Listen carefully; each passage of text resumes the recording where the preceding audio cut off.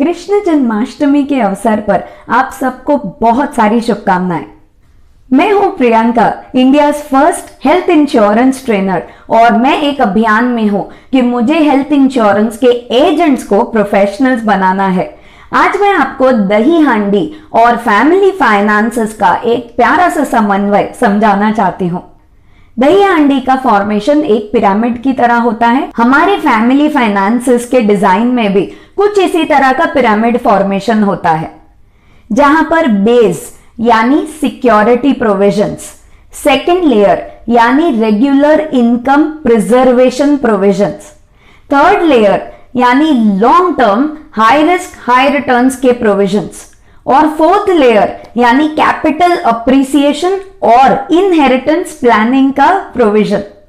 कभी कभार हमें जब कोई भी इन्वेस्टमेंट या इंश्योरेंसेस की वगैरह अपॉर्चुनिटीज दी जाती हैं, तो हम कुछ ऐसा सोचते हैं, मैं अपने कैपिटल अप्रिसिएशन के लिए या फिर मैं अपने रिटायरमेंट प्लानिंग के लिए अगर ज्यादा पैसा एलोकेट करके रखूं तो मुझे ज्यादा फायदा होगा।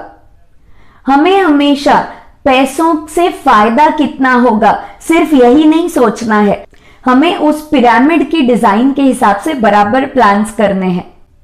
यानी कि जो बेस लेयर सिक्योरिटी का है, वो पिरामिड का स्टार्ट पॉइंट है। ये सिक्योरिटी प्रोविजंस को हम साइडलाइन करते रहते हैं और हमें लगता है कि इंश्योरेंसेस यानी एक खर्चा, एक बहुत बड़ी लायबिलिटी, लेकिन ये फाइनेंशियल पिरामिड की डिजाइन का बेस है। और जिस तरह से दही हांडी का फॉर्मेशन कभी उल्टा नहीं हो सकता, कभी एक व्यक्ति बेस पर और 20 जन हांडी फोड़ रहे हो, ऐसा आपने देखा है क्या?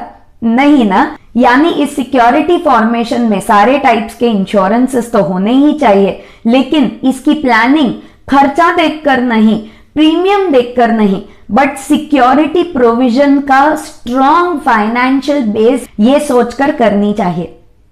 सेकेंड लेयर यानी रेगुलर इनकम प्रिजर्वेशन। अब ये तो जरूरी नहीं कि हमें हमेशा शॉर्ट टर्म में या लॉन्ग टर्म में ही पैसा मिले।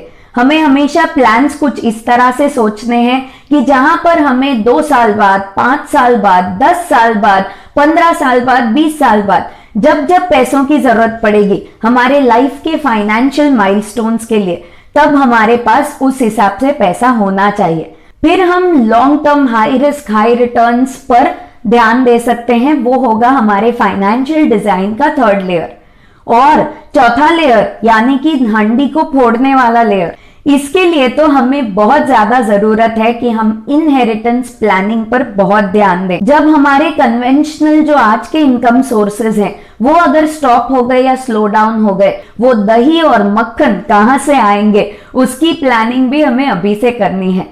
तो इस तरह से दही हांडी का महोत्सव अगर आप सच्चे ढंग से मनाना चाहते हैं तो अपने फाइनेंशियल पिरामिड की डिजाइन को जरूर मजबूत कीजिए इन 4 लेयर्स के साथ।